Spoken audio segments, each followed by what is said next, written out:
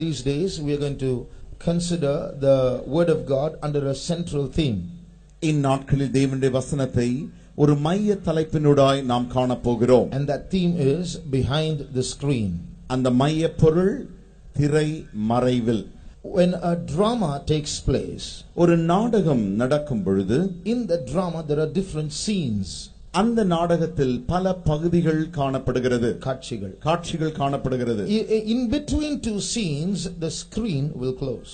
அந்த ஒரு காட்சியிலிருந்து மறு காட்சிக்கு செல்லும் முன்பதாக அந்த இடைவெளியில் அந்த திரை வந்து அங்கே மூடுகிறது. When the screen closes, a narrator will stand in front of the screen and engage the audience. அந்த திரை மூடி இருக்கிறதான அந்த சமயத்தில் தானே விவரிப்பவர் வந்து அங்கே அதை விரிவுரையாக ஜனங்களோடு கூட அவர் சம்பாஷிக்க தொடங்குகிறார். But while the narrator is speaking to the audience, இப்படி விவரிப்பவர் ஜனங்களை பார்த்து விவரிக்கும் பொழுது behind the screen the actors and actresses will change their clothes, they will take on other roles, props will be changed, and things will be going on behind the screen. அப்படி அவர் விவரித்துக் கொண்டிருக்கும் பொழுதுதானே இந்த திரையின் மறைவிலே நடிகர்களும் நடிகைகளும் தங்களுடைய உடைகளை மாற்றிக் கொள்வார்கள், கலைப்பொருட்களை வைக்க வேண்டிய வண்ணமாக அந்த மேடையில் அவர்கள் வைத்துக் கொள்வார்கள். So these changes will be taking place behind the screen without the knowledge of the audience. இந்த மாறுதல்கள் இந்த திரையின் மறைவிலே நடந்து கொண்டிருக்கும், ஜனங்கள் இதை அறியாதிருப்பார்கள். Life itself is a drama. வாழ்க்கையும் கூட ஒரு நாடகமாகத்தான் இருக்கிறது. Shakespeare said life is a drama and this world is the stage. Shakespeare அவர்கள் சொல்லி இருக்கிறார்கள், வாழ்க்கையே ஒரு நாடகம், நாம் வாடுகிற இந்த வாழ்வானது அது ஒரு மேடையிலே காணப்படுகிறது. And in that drama we are the actors and the actresses. அந்த நாடகத்திலே நாமே நடிகர்களாகவும் நடிகைகளாகவும் இருக்கிறோம். Now in connection with this I would like to read a word. இதன் தொடர்பாக நான் உங்களை ஒரு வசனம் வாசிக்கும்படி கேட்டுக்கொள்கிறேன். Proverbs chapter 28 and verse 13. நீதிமொழிகள் 28ஆம் அதிகாரம் 13ஆம் வசனம். தன் பாவங்களை மறைக்கிறவன் வாழ்வடைய மாட்டான், அவைகளை அறிக்கை செய்து விட்டுவிடுகிறவனோ இரக்கம் பெறுவான். He that covereth his sins shall not prosper, but whoso confesseth and forsaketh them shall have mercy. So we all have the capacity to cover our sins.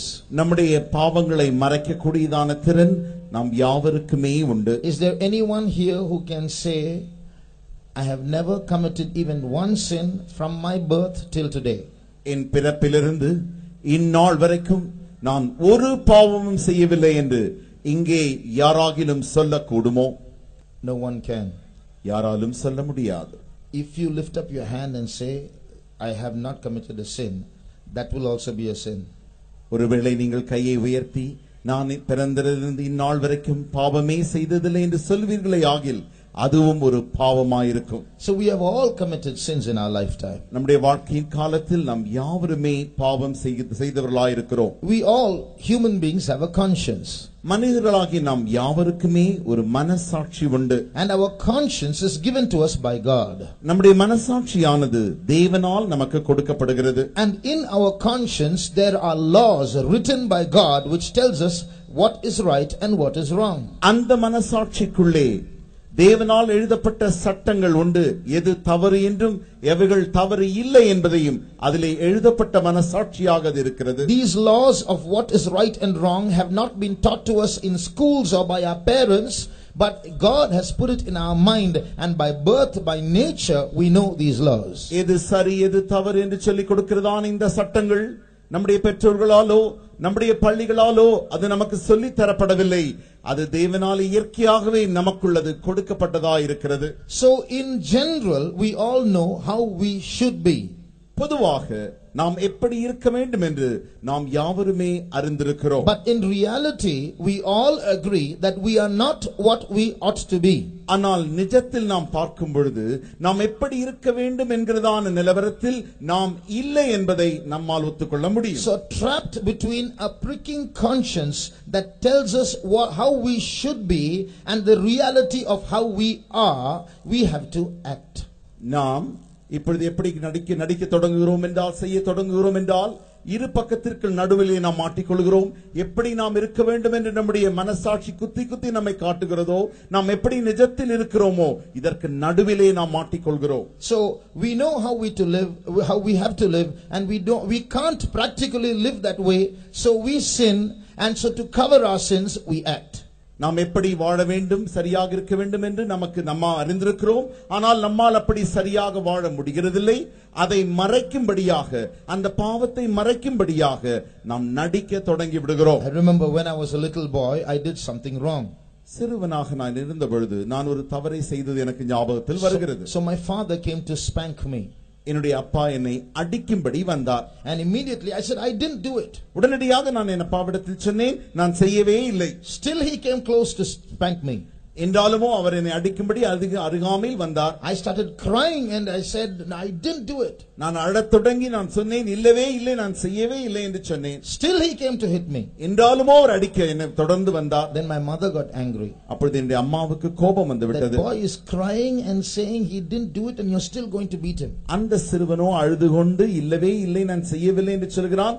என்றாலுமோ நீங்கள் அடிக்க போகிறீர்களே என்று என் தாய் என்னை அவர்களை பார்த்து கேட்டார்கள். So it started a fight between my parents. அப்பொழுது என்னுடைய பெற்றோருக்கு நடுவில் ஒரு சண்டை வந்து விட்டது.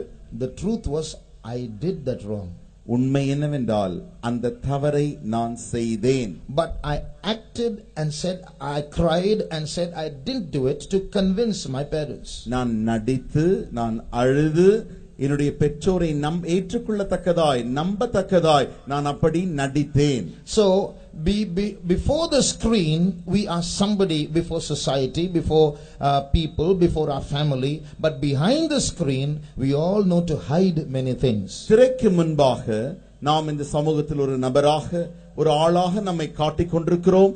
ஆனால் திரையின் மறைவிலே நாம் நம்மில் அநேக காரியங்களை மறைத்துக் கொண்டிருக்கிறோம். So there are many ways in which we can cover our sins. நம்முடைய பாவங்களை பல விதங்களில் நம்மால் மறைக்க முடியும். One, by lies, like how I did. By telling lies we can cover our sins, and behind the screen we can keep those sins. நான் சொன்ன வண்ணமாக ஒரு பொய் சொல்வதன் மூலமாக, பொய்களின் மூலமாக நம்முடைய பாவத்தை நம்மால் திரைக்கு மறைவில் மறைக்க முடியும். And we do this quite often.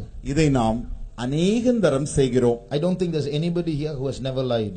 இங்கே பொய்யே சொல்லாதவர்கள் யாராகிலும் இருப்பார்கள் என்று எனக்கு நினைவில் இல்லை. So behind those lies there is the truth which we hide from others. அந்த பொய்களுக்கு பின்பாக மற்றவர்களுக்கு நாம் மறைக்கிறதான உண்மைகள் காணப்படுகிறது.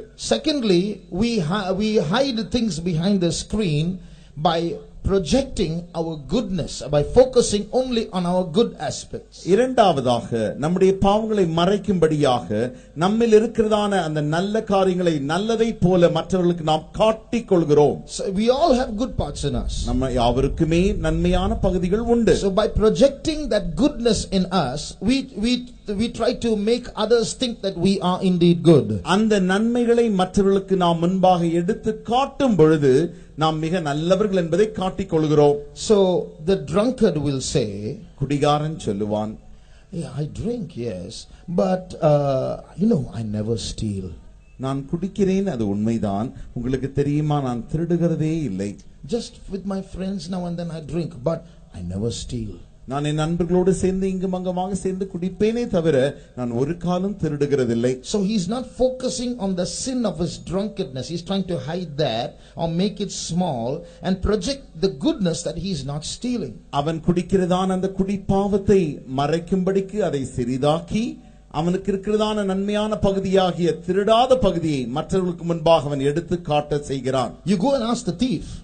திருடனை போய் கேளுங்கள். He says, I steal because I have some needs now and then I steal, but I never drink.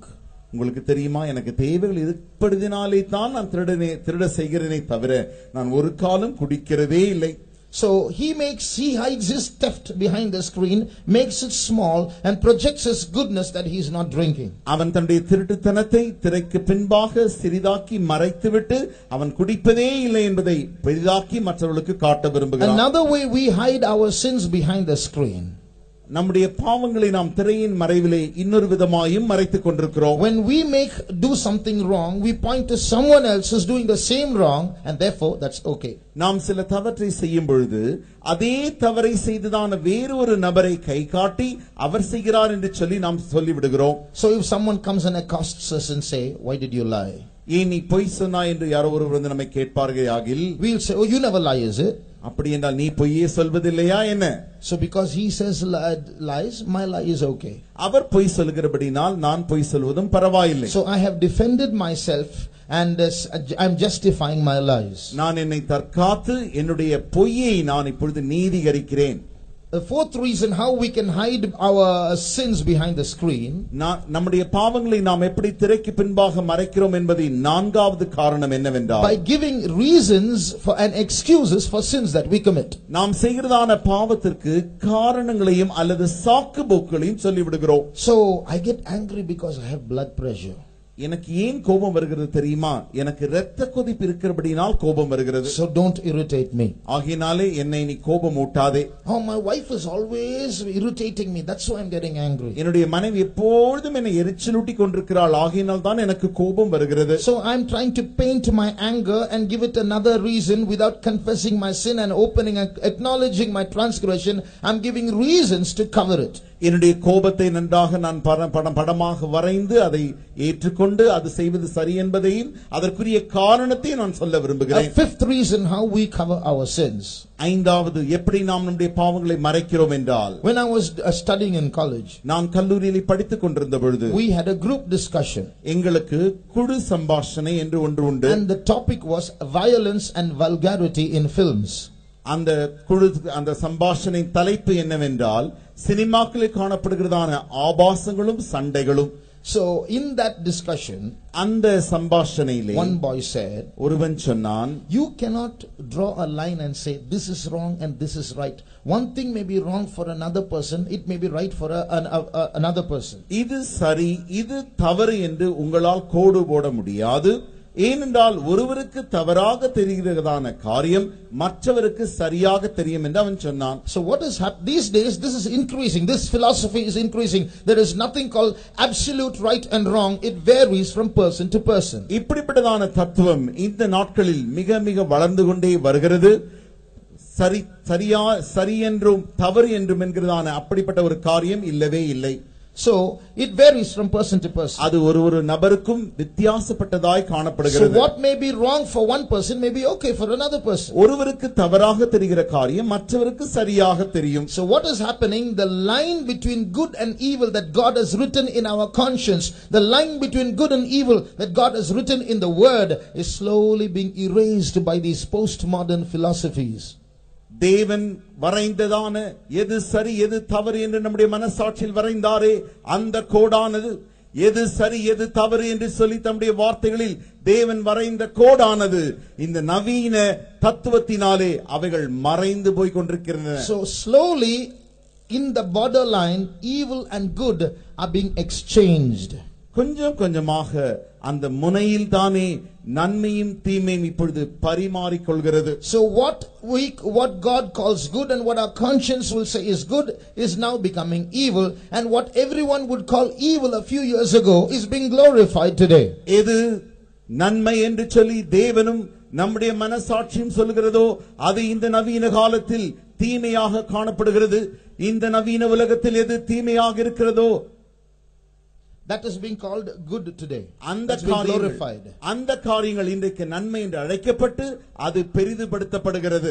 So what was called vulgar, obscene, abominable a few years ago is called fashion today. எந்த காரியங்கள் ஆபாசம் அருவருப்பு என்று சொல்லப்பட்டதோ அவைகள் இன்றைக்கு நாகரிகம் என்று அழைக்கப்படுகிறது. There is a college in Chennai where some of our believers children are studying. சென்னையிலே ஒரு கல்லூரி உண்டு. அதிலே நம்முடைய விசுவாசிகளின் பிள்ளைகள் படித்துக் கொண்டிருக்கிறார்கள். So if a boy or a girl sits alone in a class, the professors themselves ask them, why are you sitting alone? Where's your partner? ஒருவனோ ஒரு மாணவனோ மாணவியோ தனிமையாக வகுப்பில் உட்கார்ந்து கொண்டிருந்தால் பேராசிரியர் வந்து அவர்களை பார்த்து கேட்பார், ஏன் நீ தனிமையாக இருக்கிறாய், உன்னுடைய துணை எங்கே? So they expect boys and girls to sit in pairs. The professors are doing that. அவர்கள் இன்றைக்கு பேராசிரியர்களுமே இப்படி அவர்கள் துணையோடு கூட உட்கார்ந்து இருக்கும்படிக்கு எதிர்பார்த்து So கொண்டிருக்கிறார்கள். sin is being glorified as though that's the right thing to do. பாவமானது சரி என்பது போல இன்றைக்கு உயர்த்தி காட்டப்படுகிறது. So but the Bible continues to say, he that covereth his sin shall not prosper. ஆனால் என்றாலும் வேதம் தொடர்ந்து சொல்லுகிறது, தன் பாவங்களை மறைக்கிறவன் வாழ்வடைய மாட்டான். Man may change the rules and try to erase the line between good and evil. மனிதன் இன்றைக்கு சட்டதிட்டங்களை உண்டாக்கி நன்மைக்கும் தீமைக்கும் நடுவில் இருக்கிறதான அந்த கோட்டை மறைத்துக் கொண்டிருக்கிறான். Because man changes the rules, God is not going to change the rules. மனிதன் சட்டங்களை மாற்றுகிறான் என்றாலுமோ தேவன் சட்டங்களை மாற்றுகிறதில்லை. By covering our sins and hiding it from other people, we might appear good to others. நம்முடைய பாவங்களை மறைத்து மற்றவர்களுக்கு முன்பாக மறைக்கிறதினாலே மற்றவர்களுக்கு முன்பாக நாம் நல்லவர்களை போல காட்டிக்கொள்ளலாம். But this verse says, if you do that, you won't prosper. That means you're going to destroy yourself. ஆனால் இந்த வசனம் சொல்லுகிறது, நீ அப்படி செய்தால் ஒரு காலம் வாழ்வடைய மாட்டாய், மாறாக நீ உன்னை அழித்துக் கொள்வாய். When you cover your sin and you succeed in covering your sin, sometimes it's exciting, it's fun. பாவங்களை நீ செய்துவிட்டு அதை மறைத்து மற்றவர்களுக்கு முன்பாக மறைப்பதிலே நீ வெற்றி காணும் பொழுது அது உனக்கு மிக நல்ல சந்தோஷமாக இருக்கிறது. But the Bible says you are destroying yourself. ஆனால் வேதம் சொல்லுகிறது, அப்பொழுது நீ உன்னை அழித்துக் கொண்டிருக்கிறாய். If you turn to Proverbs chapter 6, இப்பொழுது நீதிமொழிகள் 6ஆம் அதிகாரத்துடைய வேதத்தை திருப்புவீர்களேயாக and read verse 26. 26ஆம் வசனம். வேசி நிமித்தம் ஒரு அப்ப துணிக்கையையும் இறக்க வேண்டியதாகும், விபசாரியானவள் அருமையான உயிரை வேட்டையாடுகிறாள். For by means of a whorish woman a man is brought to a piece of bread, and the adulteress will hunt for the precious life. Now in English the meaning is a little different. ஆங்கிலத்திலே இதனுடைய அர்த்தம் கொஞ்சம் வித்தியாசமாக சொல்லப்பட்டிருக்கிறது. The adulteress hunts for precious life. That means a man's life is precious, but the adulteress hunts for that life. விபச்சாரியானவள் அருமையான உயிரை வேட்டையாடுகிறாள். அதனுடைய அர்த்தம் விபச்சாரியானவள் ஒரு மனிதனுடைய அருமையான உயிரை வேட்டையாடுகிறாள். And the first line says, by means of this adulteress or a whorish woman, the value of a man whose life is precious is brought to a piece of bread, to the level of a piece of bread. முதல் பகுதியில் இந்த வசனம் எப்படி ஆங்கிலத்தில் சொல்கிறது என்றால், வேசியானவளினால் இந்த அருமையான உயிரை அவனை அவள் வேட்டையாடும் பொழுது அவனுடைய உயிரானது ஒரு அப்ப துணிக்கைக்கு அந்த அளவிற்கு அது குறைக்கப்படுகிறது.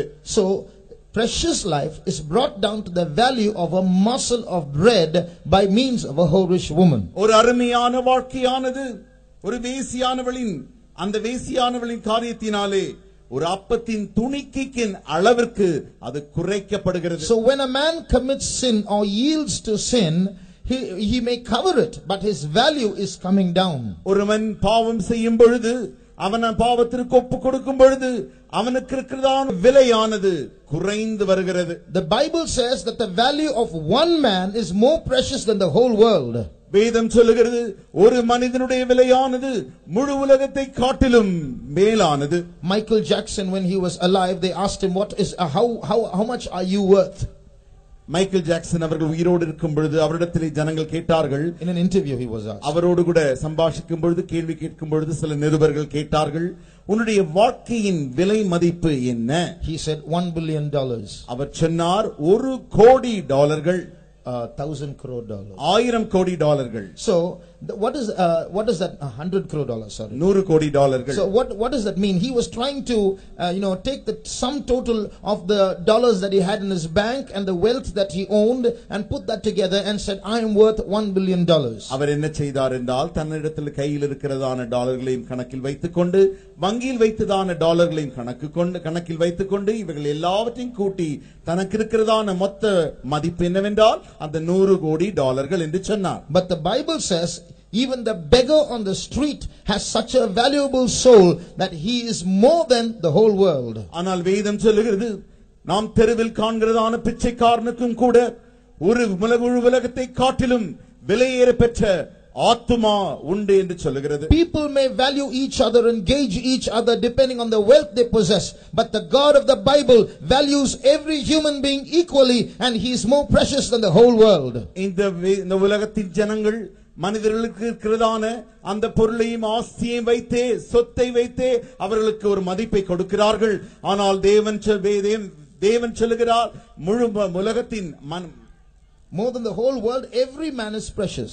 இந்த முழு உலகத்தை காட்டிலும் எல்லா மனிதரும் விலையேறப்பட்டவர்கள் என்று அவர் சொல்லுகிறார். The God of the Bible gives equal value to every human being. வேதத்தின் தேவனானவர் எல்லா மனிதருக்கும் ஒரே சமமான விலையை கொடுக்கிறார். But if you commit sin and hide that sin, your value reduces. நீங்கள் பாவம் செய்யும் பொழுது, உங்களுடைய பாவத்தை நீங்கள் மறைக்கும் பொழுது, உங்களுடைய விலை மதிப்பு குறைந்து விடுகிறது. If you turn to Proverbs chapter 30:30, நீதிமொழிகள் 30ஆம் அதிகாரத்துக்கு உங்களுடைய வேதத்தை திருப்புவீர்களே ஆகில், and read verses 19 and 20.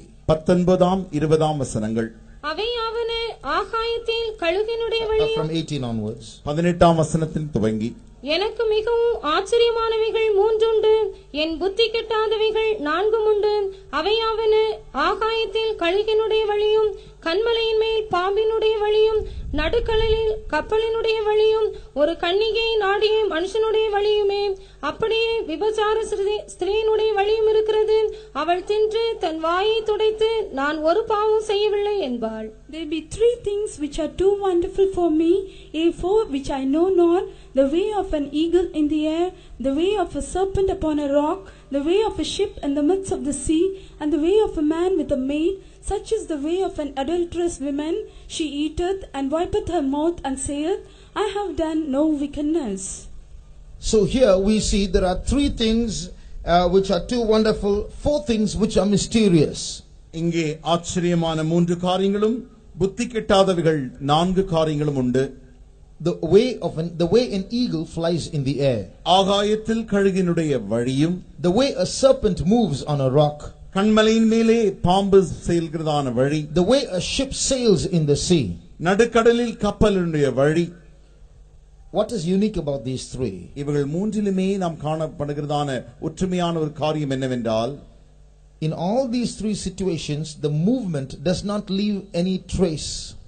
இந்த மூன்று காரியங்களிலுமே நீங்கள் இந்த வழிகளை பார்த்தால் அவர்களுடைய அசைவு எந்த ஒரு சாரத்தையும் வைத்துவிட்டே போகிறதில்லை. When an eagle flies in the air, it won't leave any trace. ஒரு கழுகானது அப்படி வானத்திலே பறந்து கொண்டு போகிக் கொண்டிருக்கும் பொழுது அது தான் போகிற வழியை மற்றவர்கள் அறியும்படிக்கு எந்த ஒரு அடையாளத்தையும் அது காண்பிக்கிறதில்லை. When a serpent moves on a rock, you can't see its path behind it. சர்ப்பமானது தன்னுடைய வழியிலே போய் கண்மலையின் மேல் போய் கொண்டிருக்கும் பொழுது உங்களால் அது போன வழியை அடையாளம் காண முடியாது. When a ship sails in the sea, it will not show its path which it trod. ஒரு கப்பலானது நடுக்கடலிலே போய் கொண்டிருக்கும் பொழுது அதனுடைய வழியையும் அடையாளத்தை வைத்து நாம் காண முடியாது. When a man moves with a maid, ஒரு மனிதன் ஒரு விபச்சாரியோடு கூட போவானே ஆகில், with a maid, a man moves with a maid, ஒரு கன்னிகை நாடிய மனுஷனுடைய வழி, that is also mysterious. When a man and a woman are talking, our mind wonders what's going on. ஒரு மனிதனும் ஒரு மனுஷியும் பேசிக் கொண்டிருக்கும் பொழுது அவர்கள் என்ன பேசுகிறார்கள் என்பதை நாம் ஆச்சரியமாய் பார்க்கிறோம். But in the next verse says, such is the way of an adulterous woman. அடுத்த வசனம் சொல்லுகிறது, அப்படியே விபச்சார ஸ்திரீயுடைய வழியும் இருக்கிறது. She eateth, அவள் தின்று, wipeth her mouth, தன் வாயை துடைத்து. What does she eat? அவள் என்ன சாப்பிடுகிறாள்? We just read in 6:26 Proverbs that by means of a whorish woman a man is brought to a piece of bread. அவள் என்ன சாப்பிடுகிறாள் என்பதை நீதிமொழிகள் 6ஆம் அதிகாரம் 26ஆம் வசனத்தில் வாசிக்கிறோம். வேசியினாலே ஒரு மனிதனுடைய அருமையான உயிரானது ஒரு அப்பத்தின் துணிக்கைக்கு இறங்கி வந்து விடுகிறது. So she eats the man, she eats the value of the man, she eats the soul of the man. ஆகையினாலே அவள் ஒரு மனிதனை சாப்பிடுகிறாள். அவள் ஒரு மனிதனுடைய ஆத்துமாவை, அந்த பெரிய விலையை அவள் சாப்பிட்டு விடுகிறாள். Then she wipeth her mouth, she hides the evidence. அவள் வாயை துடைத்து இப்பொழுது காணப்படுகிற அந்த அடையாளங்களையும் அவள் மறைத்து விடுகிறாள். I didn't do anything. நான் ஒன்றுமே செய்யவில்லை. So this is called covering sins. இதுதான் பாவத்தை மறைப்பது. Such people will not prosper. அப்படிப்பட்டவர்கள் ஒரு காலம் வாழ்வடைய மாட்டார்கள். Such people are destroying their own value that God has given them. தேவன் அவர்களுக்கு தந்ததான விலை மதிப்பை அவர்கள் தாங்களே அழித்துக் கொண்டிருக்கிறார்கள். So initially covering sins might be interesting. தொடக்க காலத்தில் பாவங்களை மறைப்பது என்பது நல்ல விருப்பமான காரியம் போல் இருக்கும். When you can give bribes to the police and when you can tell some lies in the court and you can come out free as though you've not done nothing, maybe you can win a case on earth, but still there is a sin pending behind the screen.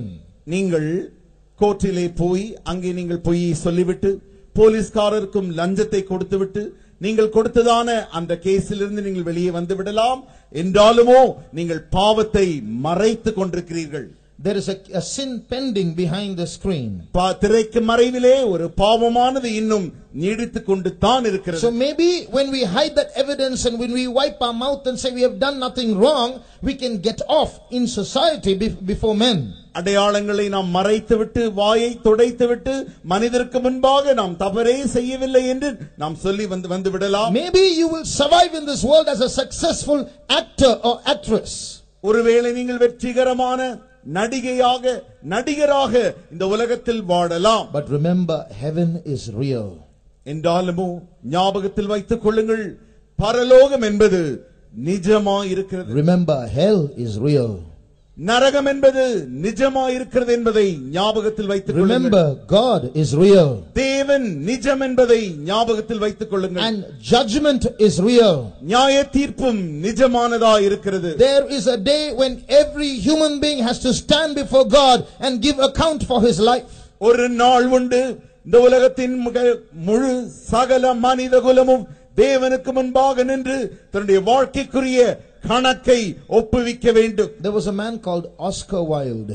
Oscar wild என்கிற ஒரு நபர் இருந்தார். He was a man who thought that nobody should stop him from living as he likes. அவர் விரும்புகிற வண்ணமாக அவர் வாழுவதை யாருமே தடை செய்ய கூடாது என்பதை அவர் விரும்பினார். So he was a man who unleashed all his passions and his lusts and lived a very sinful life. அவர் தனக்குள் இருந்ததான சகல ஆசா பாசங்களையும் இச்சைகளையும் நன்றாக வெளிக்கொணர்ந்து அவர்களை அனுபவித்தவராய் அவர் வாழ்ந்து கொண்டிருந்தார். He said, I live to please myself and my lust. I don't want to control myself. நான் எனக்காக என்னுடைய ஆசை இச்சைகளை நிறைவேற்றும்படியாக நான் வாழ விரும்புகிறேன், அதை நான் கட்டுப்படுத்த விரும்பவில்லை. Finally he ended his life as a mad person. கடைசியில் நீங்கள் பார்த்தால் தன்னுடைய வாழ்க்கையை அவர் ஒரு பைத்தியக்காரனாக முடித்துக் கொண்டார். So he found that there were frustrations in that kind of a life. அப்படிப்பட்டதான அவர் வாழ்ந்த வாழ்க்கைகளிலே சலிப்பான காரியங்கள் உண்டாயிருந்தது. And he wrote a book.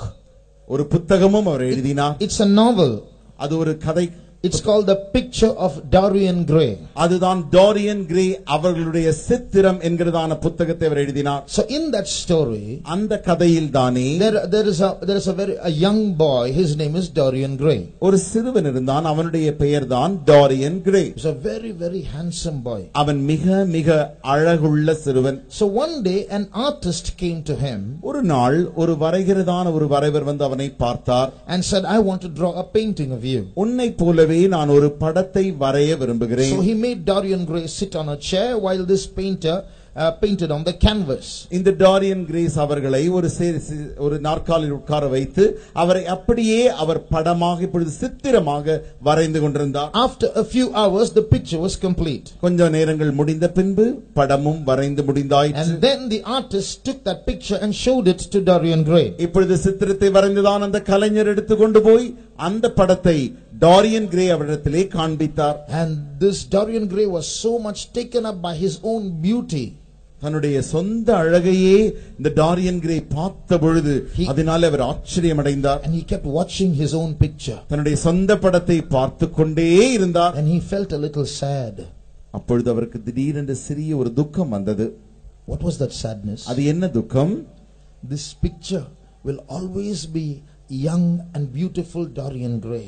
இந்த வரைந்த படமானது எப்பொழுதுமே வாலிபனாக அந்த சிறுவனாகவே அந்த டாரியன் கிரேவை காண்பித்துக் கொண்டிருக்கும். Beautiful Dorian Gray. அழகான டாரியன் கிரேவாக காட்டிக் கொண்டிருக்கும். But I will grow old and I will be different from this beautiful picture in a few years time. கொஞ்ச ஆண்டுகளிலே நான் வயது சென்றவனாகி இந்த படத்தில் இல்லாதபடிக்கு நான் வயது சென்றவனாக மாறிவிடுவேன். So my beauty is going to go. என்னுடைய அழகு போய் விடுமே. But this picture will always be beautiful. என்றாலும் இந்த படமோ எப்பொழுதுமே அழகுள்ளதாகவே இருக்குமே. Suddenly he wished within himself. அப்பொழுதுதானே திடீரென்று அவனுக்குள்ளே அவன் ஒரு ஆசை உண்டாக்கி கொண்டான். If only that picture could take my place and I could take the place of the picture. அந்த படம் என் வாழ்க்கை எடுத்துக்கொண்டு நான் இருக்கிறதான இடத்தில் நான் போய் அந்த படத்தின் இடத்தை எடுத்துக்கொண்டால் how nice it would be. எவ்வளவு நன்றாக இருக்கும். In other words, if I could remain young always like this picture and this picture could grow old instead of me, how nice it would be. மற்ற வார்த்தைகளில் சொல்லப் போனால் நான் இந்த படத்தை போலவே எப்பொழுதுமே அழகுள்ளவனாக அப்படியே இருக்க வேண்டும். இந்த படம் என்னை போல நாட்கள் செல்ல செல்ல வயதானதாய் மாறிவிட்டால் எவ்வளவு நன்றாக இருக்கும். And the story says his wish was granted. அந்த கதை என்ன சொல்கிறது என்றால் அவனுடைய ஆசை அவனுக்கு நிறைவேற்றப்பட்டது. So he though years started passing, his beauty never failed him. ஆகையினாலே வருடங்கள் கடந்து சென்றாலும் அவனுடைய அழகோ இப்பொழுது குறைவதில்லை. He was always that young and handsome Dorian Gray. எப்பொழுதுமே அவன் சிறுவனாக அழகுள்ள அந்த டாரியன் கிரேவாகவே இருந்தான். But the picture started changing and the skin on the picture started getting wrinkles, the hair on the head of the picture started getting gray. இப்பொழுது இந்த படமானது வயது சென்றதாக மாறுகிறது. அந்த படத்தில் இருக்கிற அவனுடைய அந்த தோலானது சுருங்க ஆரம்பித்து விடுகிறது. அவனுடைய நரைமயிரானது இப்பொழுது வெண்மையாகவும் அந்த படத்திலே மாற ஆரம்பித்து விடுகிறது. So he became very happy. அதை கண்டவன் மிக சந்தோஷப்படுகிறான். My wish is granted. என்னுடைய ஆசை எனக்கு நிறைவேற்றப்பட்டது. I will always be young. நான் எப்பொழுதுமே வாலிபனாகவே இருப்பேன். So he started giving room to his passions and he misused his beauty and started living a very indulgent life, a life of sin. அவன் தன்னுடைய ஆசைக்கு அவ்வளவு இடம் கொடுத்தபடினாலே அதிலே அவன் ஆழ்ந்து அதையே ஒரு பாவமாக அதை அவன் செய்து கொண்டிருந்தான். He started misusing his beauty and lived a sinful life. அவனுடைய அழகை தவறாக அவன் பிரயோஜனப்படுத்தி ஒரு பாவமான வாழ்க்கை அவன் செய்து கொண்டிருந்தான். So he started enjoying his sins. தன்னுடைய பாவங்களை அவன் நன்றாக அனுபவிக்க ஆரம்பித்தான். One day he had a thought, let me go and look at my picture. ஒரு நாள் அவனுக்கு ஒரு எண்ணம் வந்தது, நான் போய் என்னை குறித்ததான அந்த படத்தை பார்க்கட்டும். So he went and looked at a picture. அவன் போய் அவனுடைய படத்தை பார்த்தான். It was such an ugly picture now. The picture had changed. அந்த படமானது அவ்வளவு மாறி அவ்வளவு அசிங்கமான படமாக மாறிவிட்டது. In other words, it was trying to tell him that he was living an ugly life. மற்ற வார்த்தைகளில் சொல்ல போனால் இவன் அவ்வளவு அசிங்கமான வாழ்க்கை வாழ்ந்து கொண்டிருக்கிறான் என்று சொல்வதை போல இருந்தது. So he didn't like to see that picture again. He put it upstairs in one attic in the store.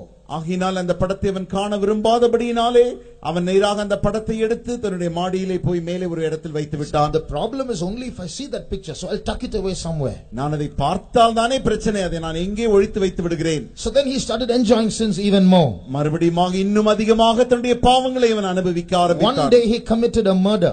ஒரு நாள் அவன் ஒரு கொலை செய்தான். And suddenly he realized maybe because of this murder there's a change in the picture. அப்பொழுது அவன் உணர்ந்தான், ஒருவேளை நான் அந்த கொலை செய்தபடினாலே என்னுடைய படம் ஒருவேளை மாறி இருக்கும் என்று நினைத்தான். So he went to that attic. இப்பொழுது மறுபடியுமாக அந்த படத்தை நோக்கி சென்றான். And he took the picture and saw it. அந்த படத்தை எடுத்து அதை இப்பொழுது பார்த்தான். It was an ugly picture of Dorian Gray. Dorian கிரேவின் அவ்வளவு பார்க்க கூடாத அசிங்கமான ஒரு படமாக அது காணப்பட்டது. But now there was some additional from his heart. There was a streak of red blood flowing out. இப்பொழுது அந்த படத்திலே அவனுடைய இருதயத்திலிருந்து ஒரு வரி அளவிற்கு இரத்தமாக பொழிந்து வருவது போல் அந்த படத்தில் காணப்பட்டது. So he realized that his picture was telling him who he was. அவன் யார் என்பதை அந்த சித்திரம் அவனுக்கு காண்பிப்பதை அவன் உணர்ந்து கொண்டிருக்கிறான். He got an idea. இப்பொழுது அவனுக்கு ஒரு எண்ணம் வந்தது. Only if this picture is there will it be a problem for me. இந்த படம் இருந்தால் தானே எனக்கு பிரச்சனையாக தோன்றுகிறது. So he went to the kitchen, சமையலறைக்கு போய் took a knife, கத்தியை எடுத்து and stabbed that picture. அந்த படத்தை நன்றாக குத்தினான். Suddenly there was a woman in the house downstairs. அந்த வீட்டின் கீழ்த்தட்டில் தானே ஒரு ஸ்திரீயானவள் இருந்தாள். A servant maid. அவள் வேலைக்காரியானவள். She heard a scream upstairs. மேலிருந்து ஒரு பெரிய சத்தம் வருகிறதை அவள் உணர்ந்தாள். கத்துகிற சத்தம் வந்ததை அவள் கேட்டாள். She ran upstairs. மாடிக்கு ஓடி போனாள். And she looked into the attic, into the storeroom. அந்த வீட்டிலே மேலறையில் வைத்திருந்ததான அந்த படத்தை நோக்கி பார்த்தாள். அந்த படத்தை வைத்திருக்கிற அந்த அறையை நோக்கி பார்த்தாள்.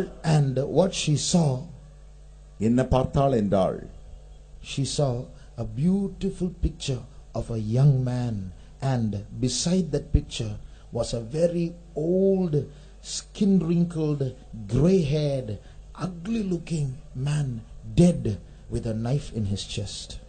அழகான வாலிபமுள்ள அந்த அழகுள்ள ஒரு படத்தை அங்கே பார்க்கிறாள். அந்த படத்திற்கு பின்பாக வயது நிறைந்த ஒரு வயதானவர் தற்கொலையாக தன்னை குத்திக் கொண்டு மரித்து செத்த நிலவரத்தில் அங்கே அவனை காண்கிறாள். What happened? என்ன நடந்தது? When he died, the picture and the man exchanged roles once again and became real. அவன் மரித்த அந்த காலகட்டத்தில் தானே என்ன நடந்தது என்றால், படமும் அவனுடைய நிஜமும் தங்களுடைய தோட்டத்தை தங்களுடைய வேலையை மாற்றிக் கொண்டன. It came back to reality. நிஜத்திற்கு அவைகள் வந்துவிட்டன. So what is the moral of that story? With the story ends. எப்படி தான் அந்த கதை முடிகிறது? So what is the moral of the story? இந்த கதையை நாம் படிக்கிற பாடம் என்னவென்றால், all your life you can act and live. உங்களுடைய வாழ்க்கை எல்லாவற்றிலும் முழுவதிலும் நீங்கள் நன்றாக நடித்து வாழ்ந்து கொண்டிருக்கலாம். All your life you can appear beautiful before others and live. வாழ்க்கை முழுவதும் மற்றவர்களுக்கு முன்பாக அழகுள்ளவர்கள் போல உங்களை நீங்கள் ஆக்கிக் கொண்டு காட்டி வாழ்ந்து கொண்டிருக்கலாம். You can hide your reality in the storeroom behind the screen and live. உங்களுடைய நிஜத்தை நீங்கள் அந்த அறையிலே மறைத்து ஒளித்து வைத்து நீங்கள் வாழ்ந்து கொண்டிருக்கலாம். But a day will come when you die. நீங்கள் மரிக்கிறதான நாளில் ஒரு நாள் வரும். Then reality will stare you in the face. அப்பொழுதுதானே நிஜமானது உங்களுடைய முகத்தை முறைத்து பார்க்கும். Who wrote this book? யார் இந்த புத்தகத்தை எழுதினது? A man who lived an indulgent, sinful, lustful life, who thought that releasing his pleasures is the right way of living. தன்னுடைய ஆசா பாசங்களை முற்றிலுமாக வெளியே கொண்டு வந்து அனுபவித்து வாழ்வதே சரி என்று சொன்னதான அந்த மனிதனாலே இந்த புத்தகம் எழுதப்பட்டது. And he is saying the philosophy, one day reality will stare you in the face. What will you do then? அதே மனிதன் தான் சொல்லுகிறார், ஒரு நாள் நிஜமானது உங்களுடைய முகத்திற்கு முன்பாக வந்து உங்களை பார்த்து முறைத்து நிற்கும். அப்பொழுது நீ என்ன செய்வாய்? Read Romans chapter 2 and verse 16. ரோமருக்கு எழுதின நிருபம் 2ஆம் அதிகாரம் 16ஆம் வசனத்தை வாசியுங்கள். என் சுவிசேஷத்தின்படியே தேவன் இயேசு கிறிஸ்துவை கொண்டு மனுஷருடைய அந்தரங்கங்களை குறித்து நியாய தீர்ப்பு கொடுக்கும் நாளிலே இது விளங்கும். In the day when God shall judge the secrets of men by Jesus Christ according to my gospel. So this verse says a day is going to come when God is going to judge the secrets of every human being. ஒரு நாள் வரப்போகிறது, அன்றைக்கு எல்லா மனுஷருடைய அந்தரங்கங்களை தேவன் நியாயம் தீர்க்க போகிறார். So this so-called screen and hiding sins behind the screen is only before human beings and not before God. ஆகையினாலே இப்பொழுது நாம் பேசிக் கொண்டிருக்கிறோமே, இந்த திரை என்பதும் திரைக்கு மறைவிலே மறைத்துக் கொண்டிருக்கிறதான பாவங்கள் என்பதும் மனிதர்களாலே மாத்திரமே சொல்லப்பட்டு செய்யப்பட்டு வருகிறது. மனிதர்களுக்கு முன்பாக செய்யப்பட்டு வருகிறது. But before God there is no curtain. தேவனுக்கு முன்பாக ஒரு திரையும் இல்லை. Every secret is going to be revealed by God one day. ஒரு நாள் எல்லா ரகசியங்களும் வெளிப்படுத்தப்பட போகிறது. There is a day called Judgment Day where every human being who has ever lived on earth has to stand before God and face judgment. நியாய தீர்ப்பு என்கிறதான ஒரு நாள் வரப்போகிறது. அந்நாளிலே நியாய தீர்ப்பிலே தேவனுக்கு முன்பாக எல்லா மனுஷரும் நிற்கத்தான் வேண்டும். And that day your screen, your curtain is going to be torn. அந்நாளில் உன்னுடைய திரை இருக்கிறதே, அது கிழியப்பட போகிறது. And you cannot give excuses on that day. அந்நாளில் எந்த சாக்கு போக்கும் சொல்ல முடியாது. You cannot argue with God on that day. அந்நாளில் தேவனோடு தர்க்கிக்கவும் முடியாது. Read Jude verse 15. யூதா 15ஆம் அதிகாரத்தை வாசியுங்கள். தமக்கு விரோதமாய் அவபக்தியுள்ள பாவிகள் பேசின கடின வார்த்தைகள் எல்லாவற்றின் நிமித்தமும் அவர்களை கண்டிக்கிறதற்கும் ஆயிரமான தமது பரிசுத்தவான்களோடு கூட கர்த்தர் வருகிறார் என்று முன்னறிவித்தார். To execute judgment upon all and to convince all that are ungodly among them of all their ungodly deeds which they have ungodly committed, and of all their hard speeches which ungodly sinners have spoken against him.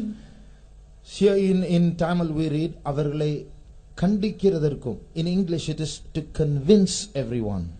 தமிழிலே அவர்களை கண்டிக்கிறதற்கு நாம் வாசிக்கிறோம். ஆனால் ஆங்கிலத்திலே எல்லாரும் அவர்களை ஏற்றுக்கொள்ளத்தக்கதாக மாற்றுகிறது. So today we can be successful actors and actresses hiding and covering our sins and we will appear to prosper.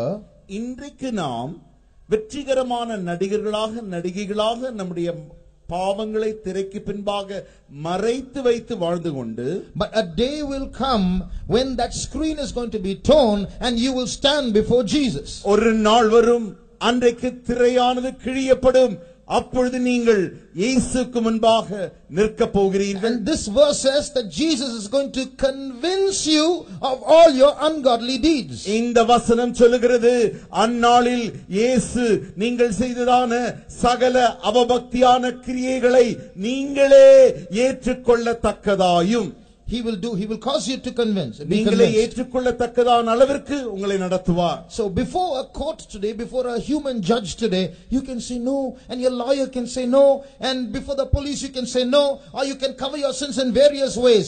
But when judgment day comes and you stand before Jesus, then He will convince you.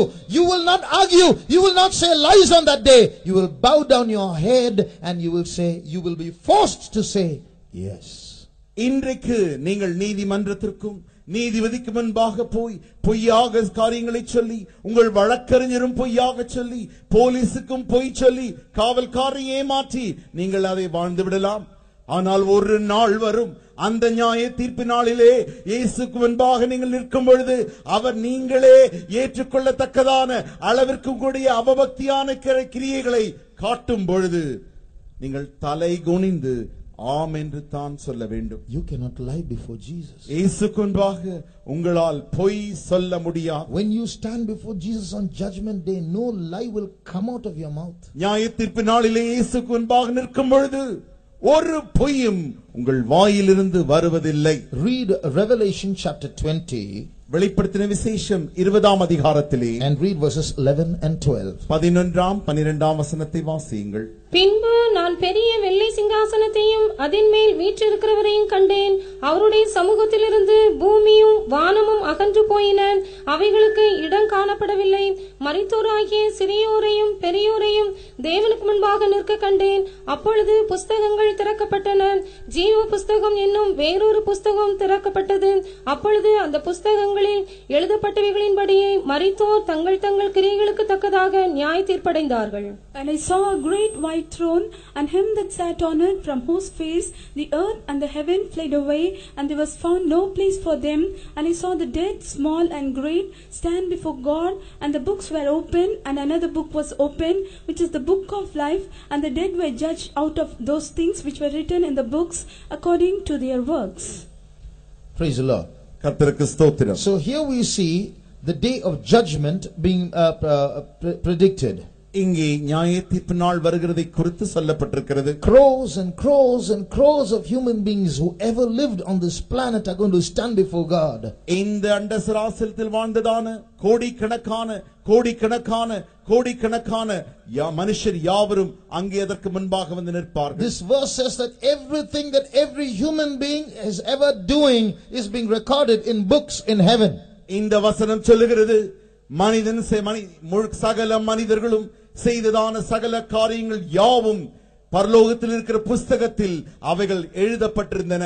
In America, அமெரிக்க தேசத்திலே every phone call that is ever made, every SMS that is ever sent, every email that is being sent is all being recorded and documented and stored on discs.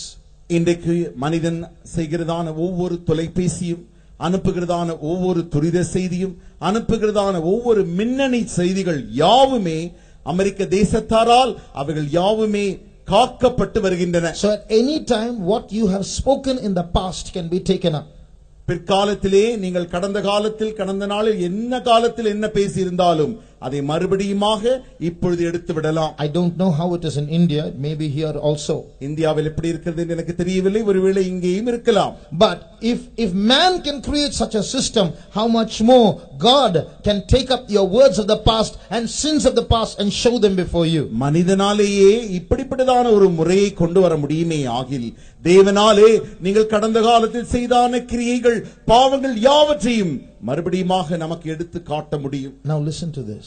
இதை நீங்கள் கவனமாய் கேளுங்கள். If crores and crores of people are going to stand before God on judgment day, நியாய தீர்ப்பு நாளிலே கோடிக்கணக்கான மனிதர்கள் வந்து நிற்கும் பொழுது, even if it takes 1 minute for one man to be judged, ஒரு மனிதனை நியாயந்தீர்க்கும்படி 1 நிமிடம் அவர் எடுத்துக்கொண்டாலும், it's going to take thousands of years for judgment itself to be over. நியாய தீர்ப்பு முடிவதற்கு ஆயிரக்கணக்கான வருடங்கள் ஆகும். So it's not like, crores of people are going to stand and God is going to call them one by one and tell them all their sins and then send them to hell or heaven. அது அந்த நாளிலே ஆயிரக்கணக்கான நின்று கொண்டிருப்பார்கள். ஒவ்வொருத்தரையாய் அவர் அழைத்து அவர்களுக்கு நியாய தீர்ப்பை கொடுத்து அப்படி அனுப்பி பரலோகத்தில் அவர் செய்ய போகிறதில்லை. When those crores of people stand before that holy God, அந்த பரிசுத்த தேவனுக்கு முன்பாக இந்த கோடிக்கணக்கான மனிதகுலம் நிற்கும் பொழுது, His holiness will convince every one of them of their sins. எல்லாரையும் அவருடைய பரிசுத்தமே தங்களுடைய பாவங்களை ஏற்றுக்கொள்ளும்படி செய்யும். There's not going to be any conversation. இந்த சம்பாஷணையும் அங்கே காணப்படாது. As they stand before the holiness of God, all their sins will be exposed before their faces. தேவனுடைய பரிசுத்தத்திற்கு முன்பாக அவர்கள் நிற்கும் பொழுதுதானே அவர்கள் செய்ததான சகல காரியங்களும் அவர்களுக்கு முன்பாகவே தானாக வெளிப்படும். As I speak these words, இந்த வசனத்தை நான் பேசும் பொழுதுதானே I remember an imaginary letter that was written by a man as though Pontius Pilate, who judged Jesus, sent this letter to his servant named Gaius. பிலாத்து காயாசுக்கு அனுப்புகிறதான ஒரு நினைவுபூர்வமான ஒரு கடிதம் அந்த எனக்கு ஞாபகத்தில் வருகிறது. So it's an imaginary letter. அது ஒரு நினைவுபூர்வமான கடிதம். But it's a very powerful letter. என்றாலுமோ அந்த கடிதமானது மிக மிக சக்தி வாய்ந்த கடிதமாய் இருக்கிறது. Few years after Jesus was judged and hanged and crucified, Pilate writes this letter to Gaius. இயேசு சிலுவையில் அங்கே நியாயத்தீர்க்கப்பட்டு சிலுவையில் அறையப்பட்ட பிறகு கொஞ்ச ஆண்டுகளுக்கு பின்பு பிலாத்து இந்த கடிதத்தை எழுதுவது போல இருக்கிறது. To his servant Gaius. அவனுடைய வேலைக்காரனாகிய காயாசுக்கு அவன் எழுதுகிறான். So this Pilate says, இந்த பிலாத்து சொல்லுகிறான், Gaius, after many years this man still comes in my dreams. Guys, இந்த அநேக ஆண்டுகளுக்கு பின்பும் கூட இந்த மனிதன் எனக்கு முன்பாக வந்து கொண்டே இருக்கிறார். Comes in my dreams. என்னுடைய சொப்பனங்களிலே வந்து கொண்டிருக்கிறார். I remember that day many years ago when he stood before me. எனக்கு முன்பாக அவர் அநேக ஆண்டுகளுக்கு முன்பாக நின்றாரே, அந்த காரியம் எனக்கு நினைவில் வந்து கொண்டே இருக்கிறது. The way he walked as he came to stand before me in judgment was not like a criminal. அந்த நியாய தீர்ப்பு நாளிலே அந்த இயேசுவை நோக்கி நடந்து வந்தாரே, அந்த வந்ததான அந்த நடையானது குற்றவாளியின் நடை போல இல்லவே இல்லை. He stood so boldly. அவர் அவ்வளவு தைரியமானவராக நின்றார். When he stood before me and I was about to question him, அவர் எனக்கு முன்பாக நின்று கொண்டிருக்கும் பொழுது நான் அவரை கேள்வி கேட்க வேண்டிய நான், he looked at me in the eyes.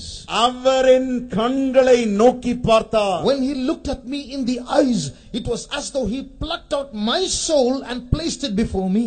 அவர் என்னுடைய கண்களை பார்த்த அந்த பார்வையானது என்னுடைய ஆத்துமாவையே பிடுங்கி அதை வெளியே கொண்டு வந்து என் கண்களுக்கு முன்பாக காட்டுவது போல இருந்தது. And I was wondering, am I judging him or is he judging me? அவர் என்னை நியாயம் தீர்க்கிறாரா அல்லது நான் அவரை நியாயம் தீர்க்கிறேனோ என்கிறதான அந்த ஆச்சரியத்தோடு நான் பார்த்தேன். That's only part of that imaginary letter. அந்த நினைவில் வந்ததான அந்த கடிதத்தின் ஒரு பகுதி திரும்பி நான் உங்களுக்கு சொன்னேன். That Jesus is going to sit on this white throne and judge every human being on earth. அந்த இயேசுதானே வெள்ளை சிங்காசனத்தின் மேல் வீற்றிருந்து பூமியில் உள்ள சகல மனுஷரையும் நியாயம் தீர்க்க போகிறார். When we stand before him, நாம் அவருக்கு முன்பாக நிற்கும் பொழுது, is there any way of escape? தப்பித்துக் கொள்ள ஏதும் வழி உண்டோ? Some religions say you can cancel your bad deeds by doing good deeds. சில மதங்கள் சொல்லுகிறது நீங்கள் செய்ததான கெட்ட காரியங்களை நல்ல காரியங்கள் செய்து சரிகட்டி விடலாம். So if your good deeds outweigh your bad deeds, then you can go to heaven. உங்களுடைய நல்ல காரியங்கள் கெட்ட காரியங்களை காட்டிலும் அதிகமாக இருக்குமே ஆகில் நீங்கள் பரலோகத்திற்கு சென்று விடலாம். But the Bible says there is no such goodness that will qualify you to take you to heaven. வேதம் சொல்லுகிறது உங்களை பரலோகம் எடுத்து செல்ல அப்படிப்பட்டதான எந்த நன்மையும் என்கிற நன்மை ஒன்று இல்லவே இல்லை. Don't think, no human being should think that their goodness can take them to heaven. எந்த மனிதரும் தயவு செய்து நீங்கள் நினைக்க வேண்டாம் உங்களுடைய நன்மையான காரியங்கள் பரலோகத்திற்கு எடுத்து செல்லும். Read Psalm 53. சங்கீதம் 53 and read verses 2 and 3. இரண்டாம் மூன்றாம் வசனங்கள். தேவனை தேடுகிற உணர்வுள்ளவன் உண்டோ என்று பார்க்க தேவன் பரலோகத்திலிருந்து மனுபுத்திரரை கண்ணோக்கினார். அவர்கள் எல்லாரும் வழி விலகி ஏகமாய் கெட்டுப் போனார்கள். நன்மை செய்கிறவன் இல்லை, ஒருவனாகிலும் இல்லை. God looked down from heaven upon the children of men to see if there were any that did understand, that did seek God. Every one of them is gone back. They are altogether become filthy. There is none that doeth good, no, not one. God looks down from heaven to see if there's any good person. தேவன் பரலோகத்திலிருந்து நன்னவன் உண்டோ என்று நோக்கி பார்க்கிறார். And what is his conclusion? அவருடைய முடிவு என்னவாயிருக்கிறது? There is none that doeth good, no, not even one person. நன்மை செய்கிறவன் இல்லை, ஒருவனாகிலும் இல்லை. So that so-called goodness that we think will qualify us for heaven is filthy rags. It's a certificate that will not stand before the kingdom of heaven. நாம் நினைத்துக் கொண்டிருக்கிறோமே பரலோகத்திற்கு செல்லும்படி நல்ல காரியங்கள் நன்மை என்று நினைக்கிறோமே அவைகள் யாவுமே தேவனுக்கு முன்பாக கிழிந்த அக்கிரம கந்தைகளாய் இருக்கிறது. There is one way of escape though. என்றாலும் தப்பித்துக் கொள்ள ஒரு வழி உண்டு. There is a story about a man who was living a criminal life. ஒரு மனிதனுடைய கதை உண்டு. அவன் குற்றவாளியாகவே தன்னுடைய வாழ்க்கையை வாழ்ந்து கொண்டிருந்தவன். One day he got a notice. He was served a notice to stand to come to the court on a particular day. நீதிமன்றத்திற்கு ஒரு நாள் குறிப்பிட்ட நாளில் வரும்படியாக அவனுக்கு செய்தி அனுப்பப்படுகிறது. He then was overconfident because he knew a very clever lawyer, and he said, whatever I do, that lawyer will take care of my case and he will win the case for me. அவருக்கு ஒரு நல்ல புத்தியுள்ள தேறின ஒரு வழக்கறிஞர் அவருக்கு தெரிந்தவராய் இருந்தபடியினாலே நான் என்னதான் தவறு செய்திருந்தாலும் இந்த வழக்கறிஞர் போனால் எனக்கு அவர் என்னை விடுவித்து விடுவார். So he put that notice in the drawer and forgot about it. ஆகையினாலே தனக்கு வந்ததான அந்த செய்தி தன்னுடைய மேஜையில் வைத்துவிட்டு அதை மறந்தே போனார். Suddenly one day he opened the drawer. திடீரென்று ஒரு நாள் அவர் தன்னுடைய மேஜை திறந்த பொழுது he saw the notice. அவருக்கு வந்த அந்த செய்தியை கண்டார். And suddenly he realized, he saw the date, tomorrow is the hearing. அடுத்த நாள் நாளைக்குத்தான் போய் அந்த நீதிமன்றத்தில் ஆஜராக வேண்டும் என்கிறதான அந்த காரியத்தை அவர் பார்த்தார். And he said, oh my God, I forgot about it. Immediately called the lawyer. தெய்வமே நான் மறந்து போனேனே என்று சொல்லி உடனடியாக போய் தன்னுடைய வழக்கறிஞருக்கு அவர் தொலைபேசி செய்தார். And said, sir, you know, I have committed these crimes and there's a notice served against me and I want you to take up this case and win my case. ஐயா, நான் இந்த தவறுகளை செய்திருக்கிறேன். ஆகையினால எனக்கு சர்க்காரிலிருந்து இப்படி செய்தி வந்திருக்கிறது. நாளைக்கு நாம் நீதிமன்றத்தில் போக வேண்டும். நீங்கள் தான் எனக்காக ஆஜராக வேண்டும். And he said, I've committed many crimes. நான் அநேக தவறுகளை செய்திருக்கிறேன். The lawyer said, வழக்கறிஞர் சொன்னார், sir, till yesterday I was a lawyer. Yesterday I was promoted as judge.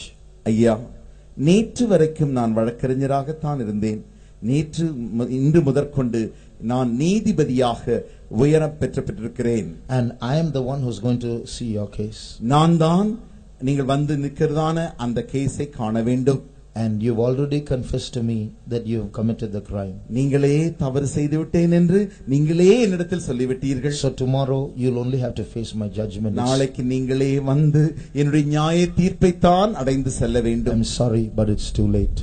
என்னை மன்னித்துக் கொள்ளுங்கள், இப்பொழுது தாமதமாகிவிட்டது. This is the same thing that's going to happen to each one of us. இதே காரியம்தான் நாம் யாவருக்கும் நடக்க போகிறது. The same Jesus who's going to stand on judgment day and we are all going to face him. நியாய தீர்ப்பு நாளிலே இயேசுவே நிற்க போகிறார். அவரை நாம் யாவரும் காண வேண்டும். That Jesus today is a lawyer for us. அந்த இயேசு இன்றைக்கு நமக்காக அவர் வழக்கறிஞராய் இருக்கிறார். The same person who is going to stand and judge you and send you either to heaven or hell and either justify you or condemn you, today he is there to help you. அந்நாளில் நியாய தீர்ப்பு நாளில் நீதிபதியாக நின்று உங்களை நியாயம் தீர்த்து பரலோகத்திற்கோ அல்லது நரகத்திற்கோ அனுப்ப வேண்டிய அவர் இந்நாளில் அவர் வழக்கறிஞராக இருக்கிறார். Do you know every time you commit a sin, உங்களுக்கு தெரியுமா, நீங்கள் பாவம் செய்யும் பொழுதெல்லாம் you have an adversary lawyer who takes your name to the court in heaven and accuses you. உங்களுடைய சத்துருக்களின் வழக்கறிஞர் ஒருவன் உண்டு. அவன் நீங்கள் செய்கிறதான எல்லா தவறுகளையும் நீதிமன்றத்துக்கு எடுத்து சென்று கொண்டிருக்கிறார். His name is called the accuser. அவனுடைய பெயர்தான் குற்றம் சுமத்துகிறவன். So when he accuses, he won't tell lies. Satan won't tell lies about you in heaven's court, because lies won't work in heaven. அவன் உங்களை குறித்து குற்றம் சுமத்தும் பொழுது அவன் ஒரு காலம் பொய் சொல்ல முடியாது. ஏனென்றால் பரலோகம் பொய்களை ஏற்றுக்கொள்ளாது. And he doesn't need to lie about you because we are all wrong. அவன் அங்கே பொய் சொல்ல வேண்டிய அவசியமே இல்லை. ஏனென்றால் நாம் யாவருமே தவறு செய்து விட்டோமே. So when he goes and accuses, அவன் அங்கே போய் நம்மை குற்றம் சுமத்தும் பொழுது we are justly to be condemned. நாம் அங்கே நீதியாக நியாயம் தீர்க்கப்படத்தான் வேண்டும். But heaven has provided a lawyer for us. ஆனாலும் பரலோகமானது நமக்கு ஒரு வழக்கறிஞரை தந்திருக்கிறது. His name is Jesus. அவருடைய பெயர் இயேசு. He has the authority to fight and argue on our behalf. நமக்காக வழக்காடும்படிக்கு அவருக்கு அதிகாரமும் வல்லமையும் உண்டு. You know why? ஏன் தெரியுமா? Because he has already paid the penalty for our sins on the cross. ஏனென்றால் நம்முடைய பாவங்களுக்காக அவர் சிலுவையிலே ஏற்கனவே தண்டனையை செலுத்தி விட்டார். Jesus did not die as a coward. இயேசு ஒரு கோழையாக மரிக்கவில்லை. Jesus did not die because there was no other way he was forced to die. வேறு வழி இல்லாமல் மரிக்க வேண்டும் என்பதற்காக இயேசு மரிக்கவில்லை. You know, Jesus could have escaped if he wanted to. அவருக்கு வேண்டுமென்றால் இயேசு அங்கே தப்பித்திருக்கலாம் அல்லவா? Jesus, when he stood before Pontius Pilate, இங்கே அவர் பிலாத்துக்கு முன்பாக இயேசு நின்ற பொழுது he was asked many questions. அவரை நோக்கி பல கேள்விகள் கேட்கப்பட்டன. In Israel there was a court which comprised 70 people. இஸ்ரவேல் தேசத்திலே ஒரு நீதிமன்றம் உண்டு. அங்கே 70 பேர் அந்த நீதிமன்றத்தில் இருப்பார்கள்.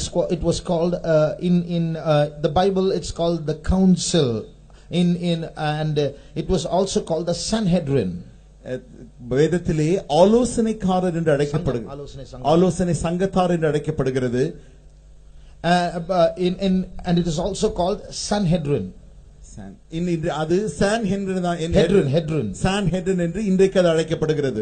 In those days itself. அந்நாட்களில் தானே அழைக்கப்பட்டது. So when Jesus stood before that court, இயேசு அந்த நீதிமன்றத்திற்கு ஆலோசனை சங்கத்துக்கு முன்பாக நின்ற பொழுது they asked him a question. அவரை பார்த்து அவர்கள் கேள்வி கேட்டார்கள். Before that they wanted some witnesses. அதற்கு முன்பாக சில சாட்சிகள் அவர்களுக்கு தேவைப்பட்டது. 2 witnesses are enough. 2 சாட்சிகள் போதும். But they didn't get 2 witnesses. அதற்கு 2 சாட்சிகள் கூட அவர்களுக்கு கிடைக்கவில்லை. So early in the wee hours of the day they are holding a court which is against the law. அதிகாலை நேரத்திலே அவர்கள் ஆலோசனை சங்கத்தை கூட்டுகிறார்கள். அப்படி கூட்டுவது சட்டத்திற்கு மாறானது. But now they can't even get 2 witnesses to quickly finish this case before it dawns. இந்த புகாரை அதிகாலைக்கு முன்பாகவே முடிக்கும்படிக்கு அவர்களுக்கு 2 சாட்சிகள் கூட கிடைக்கவில்லை. Finally one man comes and said, this man said he will destroy the temple. கடைசியாக ஒரு மனிதன் ஓடி வந்து சொன்னான், இவன் ஆலயத்தை அழித்து போடுவான் என்று சொன்னார்கள். But that was not good enough for a death sentence. அவருக்கு மரண தண்டனை வழங்கும்படிக்கு இப்படிப்பட்ட சொன்ன புகார் போதுமானதல்ல. So this Jewish Sanhedrin, the council, they were getting frustrated and scared before people wake up and before the public appears and support Jesus. Something has to be done. இந்த யூத ஆலோசனை சங்கமானது ஜனங்கள் காலையில் எழுந்து வந்து வேற ஏதாவது செய்து விடுவார்கள் என்று பயந்து அதற்கு முன்பாக ஏதாவது செய்யும்படி அவர்கள் துரிதப்பட்டார்கள். The high priest is the head of that Sanhedrin, the council. அந்த ஆலோசனை சங்கத்தின் தலைவர் தான் பிரதான ஆசாரியன். So this high priest is like the judge in that court. அந்த ஆலோசனை சங்கத்திலே இந்த பிரதான ஆசாரியன் தான் நீதிபதியாக இருந்து கொண்டிருக்கிறார். So not knowing what to do, என்ன செய்வதென்று அறியாது he asked Jesus. இயேசுவை பார்த்து கேட்டார், tell me, are you the son of God or not? நீ தேவனுடைய குமாரனா இல்லையா என்பதை நீ சொல்லுவாயாக. Now for Jesus to escape, இயேசு அங்கிருந்து தப்பித்துக் கொள்ளும்படிக்கு till now he was quiet. He didn't raise any arguments, no justifications. இதுவரைக்கும் எந்த தர்க்கமும் செல்லவில்லை, எந்த நீதிகரிப்பும் அவர் செய்யவில்லை, ஒரு வார்த்தையும் பேசவில்லை, அமைதலாகவே இருந்தார். Now when they asked him, "Are you the Son of God?" Jesus has to be silent like he was silent till now. இப்பொழுது இயேசுவை பார்த்து நீ தேவனுடைய குமாரன் தானா என்று அவரை பார்த்து கேட்டபொழுது இம்மட்டுமாக அமைதலாய் இருந்தவர் இப்பொழுதும் அமைதலாய் இருந்திருக்கலாம். இருந்திருந்தால் போதும். He would have gone free. உடனடியாக அவரை விடுவித்திருப்பார்கள். No accusation. எந்த குற்றம் சுமத்துதலும் இல்லை. He would have gone a free man, no crucifixion, no scourging. ஒரு தவறும் இல்லாதபடிக்கு, ஒரு அடி சாட்டையடி இல்லாதபடிக்கு சுதந்திரமாக அவர் சென்றிருக்கலாம். But when he could have kept quiet and gone free, that's when he said, "Thou sayest." அமைதலாக இருந்து சுதந்திரமாக போக வேண்டிய அந்த காலகட்டத்தில் தான் அவர் சொல்லுகிறார், நீ சொல்லுகிறபடியே. That means now where they were looking for 2 witnesses and they found none, there were 70 witnesses, and the high priest was so relieved. He tore his garments and said, "We don't need witnesses anymore. We have heard him with our ears." 2 சாட்சிகளுக்காக ஏங்கிக் கொண்டிருந்தவர்கள் இப்பொழுது 70 பேருமே கேட்கக்கூடிய அளவிற்கு, அவ்வளவு பெரிய 70 பேருமே சாட்சிகளாக இந்த காரியத்தை கேட்டபடியினாலே பிரதான ஆசாரியன் சந்தோஷம் அடைந்து தன்னுடைய துணிகளை கிழித்துக் கொண்டு இவனை குற்றப்படுத்தும்படிக்கு நாங்கள் சாட்சிகளை கண்டோம் என்று சொன்னார்கள். We don't need any more witnesses. We have heard him with our ears. சாட்சிகள் எங்களுக்கு இது தேவையில்லை, எங்களுடைய சொந்த காதுகளாலே நாங்கள் கேட்டோம். And he asked the 70, "What say ye?" 70 பேரையும் பார்த்தவன் கேட்டான், இப்பொழுது நீங்கள் என்ன சொல்லுகிறீர்கள்? They all said uniformly with one chorus, "He is worthy of death." எல்லாரும் மொத்தமாக ஒரே சத்தமாக ஒரே விதமாக சொன்னார்கள், இவன் மரணத்திற்கு ஏதுவானவன். So Jesus was crucified not because somebody accused him, but because he yielded by saying, "Thou sayest." இயேசு யாரோ ஒரு குற்றம் சுமத்தினபடியினாலே அவர் அங்கே சிலுவையில் அறையப்படவில்லை, மாறாக நீ சொல்லுகிறபடியே என்று சொல்லி அவர் தன்னையே அவர் ஒப்பு கொடுத்தபடியினாலே அவர் சிலுவையில் அறையப்பட்டார். Jesus offered himself because he knew that if he does not die, you and I will die. நீங்களும் அவர் மரிக்காத பட்சத்தில் நீங்களும் நானும் மரிக்க வேண்டும் என்பதை இயேசு அறிந்தபடியினாலே அவர் தன்னையே அங்கு ஒப்பு கொடுத்தார். That's why Jesus, foreseeing his death for our sake, said, "He that believeth on me, though he were dead, yet shall he live, and he that liveth and believeth in me shall never die." ஆகையினால் தான் இயேசு சொன்னார், என்னை விசுவாசிக்கிறவன் ஒரு காலம் மரிக்கிறதில்லை. And he that liveth என்னை விசுவாசிக்கிறவன் மரித்தாலும் பிழைப்பான். என்னை விசுவாசிக்கிறவன் மரித்தாலும் பிழைப்பான். And he that liveth and believeth in me shall never die. என்னை விசுவாசிக்கிறவன் ஒரு காலம் மரிப்பதும் இல்லை. So we see that Jesus was foreseeing his death when he said that. அந்த காரியத்தை அவர் சொன்ன பொழுது இயேசு தன் மேலேயே அந்த மரணத்தை கொண்டு வரும்படி அப்படி சொன்னார். He was foreseeing, he was seeing his death and therefore said it. அவருடைய மரணத்தை அவர் முன்பாகவே பார்த்திருந்தபடியினாலே, முன் அறிந்திருந்தபடியினாலே அவர் அப்படி சொன்னார். So dear brother, dear sister, ஆகையினாலே அருமையான சகோதரனே சகோதரியே, if you are covering your sins, நீங்கள் உங்களுடைய பாவங்களை மறைத்துக் கொண்டிருந்தால், you will never prosper. A day will come that sin will kill you. நீங்கள் ஒரு காலம் வாழ்வடைய மாட்டீர்கள். ஒரு நாள் வரும், அந்நாளிலே உங்கள் பாவங்கள் தானே உங்களை கொன்று போடும். But the same verse says, if you confess them, you will find mercy. அதே வசனம் சொல்லுகிறது, அதை அறிக்கை எடுக்கிறவன் இரக்கம் பெறுவான். So to legally confess and find that mercy, Jesus paid your penalty and died on your behalf. சட்டத்தில் பூர்வமாகவே அதை அறிக்கை செய்து இரக்கத்தை பெறும்படிக்கு இயேசுவே அங்கே மரித்திருக்கிறார். So if you come to Jesus and confess your sin to Jesus, then you can stand on judgment day as a clean man, as a clean woman, and be vindicated, and you can go to heaven. ஆகையினாலே நீங்கள் இயேசுவினிடத்தில் வந்து நீங்களுடைய பாவங்களை அறிக்கையிட்டால் அவர் உங்களை மன்னித்து அந்நாள் வரும்பொழுது அந்த நியாயத்தீர்ப்பு நாளிலே நீங்கள் சுத்தமான மனுஷனாக, சுத்தமான மனுஷியாக, உங்களுடைய பாவங்களுக்கு ஏற்கனவே தண்டனை அளிக்கப்பட்டவர்களாக நீங்கள் அங்கே நிற்கலாம். In the key verse that we read, நாம் வாசித்த மூல வசனத்தில், he that covereth his sins shall not prosper. தன் பாவங்களை மறைக்கிறவன் வாழ்வடைய மாட்டான். That lack of prosperity means 2 things.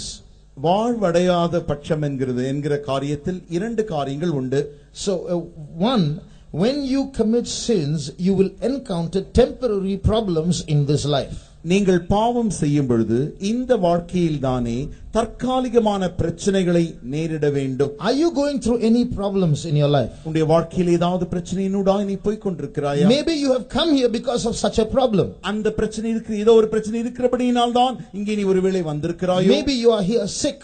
இங்கே ஒருவேளை நீ வியாதியோடு வந்திருக்கலாம். Or maybe you have a problem of debt in your life. உன்னுடைய வாழ்க்கையிலே கடன் பிரச்சனையோடு கூட நீ இருந்து கொண்டிருக்கலாம். Or maybe you have a drinking husband. அல்லது உனக்கு குடிக்கிறதான ஒரு புருஷன் இருக்கலாம். Or maybe your wife has ditched you and gone to be with someone else. அல்லது உன்னுடைய மனைவி உன்னை விட்டுவிட்டு வேறு ஒருவனோடு கூட போய் இருக்கலாம். Whatever the problem might be, என்ன பிரச்சனையா எதுவாக இருந்தாலும் சரி, God wants to tell you that there is a more important thing to settle in your life before that problem is solved. அந்த பிரச்சனை தீர்வதற்கு முன்பாக அதற்கு மேலாக ஒரு மிக முக்கியமாக சில காரியங்கள் தீர்க்கப்பட வேண்டும் என்று தேவன் உனக்கு சொல்ல விரும்புகிறார். Check and see if there is any sin that is covered in your life that nobody knows about that needs to be confessed.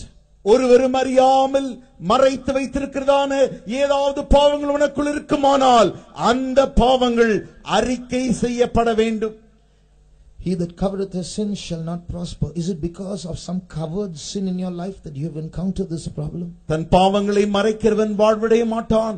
உன் வாழ்க்கையில் நீ பிரச்சனை பார்த்து கொண்டு சந்தித்துக் கொண்டிருக்கிறாயே, ஒருவேளை நீ பாவங்களை மறைக்கிறபடியினால் தானோ? Check and see that. சோதித்து பார். So settle that temporary problem by first confessing that sin to God.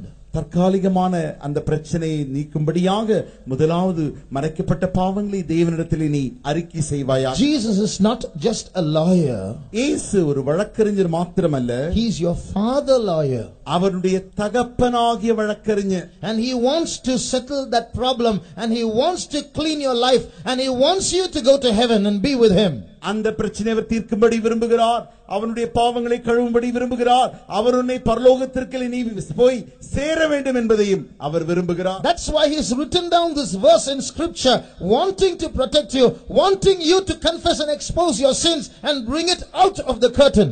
ஆகையினாலே தான் இந்த வசனங்களை அவர் வேதத்தில் எழுதி உன்னை எப்படியாக விடுதலை ஆக்கப்பட வேண்டும், உன் பிரச்சனைகளில் விடுதலை ஆக்கப்பட வேண்டும் என்று சொல்லி உன்னுடைய பாவங்களை திரையின் மறைவிலிருந்து நீ வெளியே கொண்டு வந்து அறிக்கையிட வேண்டும் என்று அவர் விரும்புகிறார். Now if you don't do this, நீ இதை செய்யாமல் போனால், if you still stubbornly think that you can hide your sin and survive, இன்னும் பிடிவாதமாக இந்த பாவங்களை நான் மறைத்து வாழ்ந்து கொண்டே இருக்கலாம் என்று நீ நினைப்பாயாகில், then this verse, he that covereth his sin shall not prosper, takes a second meaning. இந்த வசனம் சொல்லுகிறது, தன் பாவங்களை மறைக்கிறவன் வாழ்வடைய மாட்டான் என்கிறதான இந்த வாக்கியமானது இரண்டாவது அர்த்தத்திற்கும் நம்மை எடுத்து செல்கிறது. It means if you continue to cover your sin, you're going to go to a place where you will never prosper. It's called hell. நீ தொடர்ச்சியாகவே உன்னுடைய பாவங்களை நீ மறைத்துக் கொண்டே இருந்தால் தொடர்ந்து நித்தியமாக வாழ்வடையாத ஒரு இடத்திற்கே, அந்த நரகத்திற்கே நீ போய் விடுவாய். Yesterday was conducting a Bible study in my church. நேற்றுக்கு நான் என்னுடைய சபையிலே வேத பாடம் நடத்தினேன். And in the book of Revelation chapter 9, வெளிப்படுத்தின விசேஷம் 9ஆம் அதிகாரத்திலே you see a group of evil spirits. அங்கே ஒரு குழுவான பொல்லாத ஆவிகளை காண்கிறோம். Their shapes are like locusts. அவர்களுடைய அமைப்பானது வெட்டுக்கிளிகளைப் போல் இருந்தது. And their poise, their position is like horses going for battle. அவர்கள் போகிறதான அந்த வேகமானது யுத்தத்திற்கு போகிறதான குதிரைகளைப் போல் இருந்தது. And their faces were human, like men's faces. அவர்களுடைய முகங்களோ மனித முகமாய் இருந்தது. Their hair was like women's hair. அவருடைய முடியானது ஸ்திரீயின் முடியாய் இருந்தது. And when this men's faces opened its mouth, the teeth were like lion's teeth. இந்த மனித முகங்கள் தன்னுடைய பற்களை காட்டின பொழுது பற்களானவைகள் சிங்கங்களின் பற்களுக்கு ஒப்பாயிருந்தது. And their tails were like scorpions' tails. அவர்களுடைய அந்த வாலானது தேள்களின் வாலாயிருந்தது. Just imagine that picture. அந்த படத்தை யோசித்து பாருங்கள். Looking like locusts, poised like horses, having men's face, women's hair, lion's teeth, scorpion's tail. பாருங்கள், அவைகள் வெட்டுக்கிளிகளைப் போல மனித முகங்களை உடையவர்களாய், சிங்கங்களின் பற்களை உடையவர்களாய், தேள்களின் அந்த வாள்களை உடையவர்களாய் அப்படி அவர்கள் இருப்பது படம். சர்ப்ப பெண்களின் ஸ்திரீயின் முடியுடையவர்களாக. Just imagine that picture. அந்த படத்தை யோசித்து பாருங்கள். Now what I want to tell you is, நான் என்ன சொல்ல விரும்புகிறேன் என்றால், these evil spirits that look so dirty, abominable, were once holy angels. இந்த அருவருப்பான இந்த பொல்லாத ஆவிகள் ஒரு காலத்தில் இதே ஆவிகள் தேவ தூதர்களாக இருந்தார்கள், பரிசுத்த தூதர்களாக இருந்தார்கள். And now when they fell, their figure and their structure has changed and deteriorated and become so ugly. அவர்கள் விழுந்த பொழுது, பாவத்தில் விழுந்த பொழுது அவ்வளவு பார்க்க கூடாத வண்ணத்திற்கு அவ்வளவு நரகமாக அவருடைய முகங்கள், அவருடைய ரூபங்கள், அமைப்புகள் மாறிவிட்டது. Now when a man goes to hell, ஒரு மனிதன் நரகத்திற்கு போகும் பொழுது, after judgment he is cast into the lake of fire, the Bible says. வேதம் சொல்லுகிறது, நியாயத்தீர்ப்பு நாளுக்கு பின்பு அவன் அக்கினி கடலிலே போடப்படுவான். Human beings who commit sin and are guilty on judgment day, the Bible says they also have a resurrection, which means they will also be given a body before they are sent to the lake of fire. இப்படி நியாயத்தீர்ப்பு நாளிலே நியாயத்தீர்ப்பு கொடுக்கப்பட்டு அக்கினி கடலிலே அனுப்பப்படுவதற்கு முன்பாக அவர்களுக்கும் ஒரு உயிர்த்தெழுதல் உண்டு, அதற்கு ஒரு சரீரமும் உண்டு என்று வேதம் சொல்லுகிறது. And they will be sent to the lake of fire in that body. அந்த சரீரத்தோடு கூட அவர்கள் அக்கினி கடலிலே அனுப்பப்படுவார்கள். Now if the shape of holy angels who are so beautiful can deteriorate to become so abominable, இந்த பரிசுத்த தூதர்களின் இவ்வளவு அழகான தூதர்கள் இப்பொழுது தங்களுடைய வாழ்விலே குறைந்து குறைந்து அருவருப்பானவர்களாக மாறினபடியினாலே மாறுவார்கள் என்றால், it's not written in the Bible, but think of it. Is it not possible that we human beings also can get a very abominable body when we go to hell? வேதத்தில் சொல்லப்படவில்லை என்றாலுமோ மனிதகுலமாகிய நமக்கும் கூட நரகத்திற்கு செல்லும் பொழுது அருவருப்பான ஒரு சரீரம் கொடுக்கப்பட மாட்டாதோ? Just to enjoy a few sins in our lifetime, is it worth it to commit those sins and to go to hell, eternal hellfire with such an abominable body? இந்த உலகத்திலே ஏதோ சிறிய பாவங்களை செய்து அதை அனுபவிக்கும்படியாக அப்படி நாம் ஒப்பு கொடுக்கும் பொழுது நரகத்திலே நித்தியமாக அருவருப்பான உடலோடு கூட போய் அங்கே நாம் அனுபவிக்க வேண்டுமோ? Whatever might be a problem, உன்னுடைய பிரச்சனை எதுவாக இருந்தாலும் சரி, whatever might be your hidden sins, உன்னை நீ மறைத்து வைத்திருக்கிற பாவங்கள் எதுவாக இருந்தாலும் சரி, Jesus wants to give you a chance. இயேசு உனக்கு ஒரு தருணத்தை தர விரும்புகிறார். Before he sits on the throne as judge, he wants to be your savior. அவர் நியாயாசனத்திலே நீதிபதியாக உட்காருவதற்கு முன்பாக அவர் உனக்கு இரட்சகராக தன்னை காட்டிக்கொள்ள விரும்புகிறார். Shall we close our eyes? நம்முடைய கண்களை மூடுவோமா? Today Jesus is in our midst. இன்றைக்கு இயேசு நம்முடைய மத்தியில் இருக்கிறார். He who is going to sit on the throne as judge, he is in our midst. நியாயாதிபதியாக உட்கார போகிறாரே, அவர் இன்றைக்கு நம்முடைய மத்தியில் இருக்கிறார். Today he is a lawyer. இன்றைக்கு அவர் வழக்கறிஞர். Today he wants to help you. இன்றைக்கு அவர் உனக்கு உதவி செய்ய விரும்புகிறார். But very soon he is going to get a promotion. அதி சீக்கிரத்தில் அவருக்கு ஒரு உயர்வு கிடைக்க போகிறது.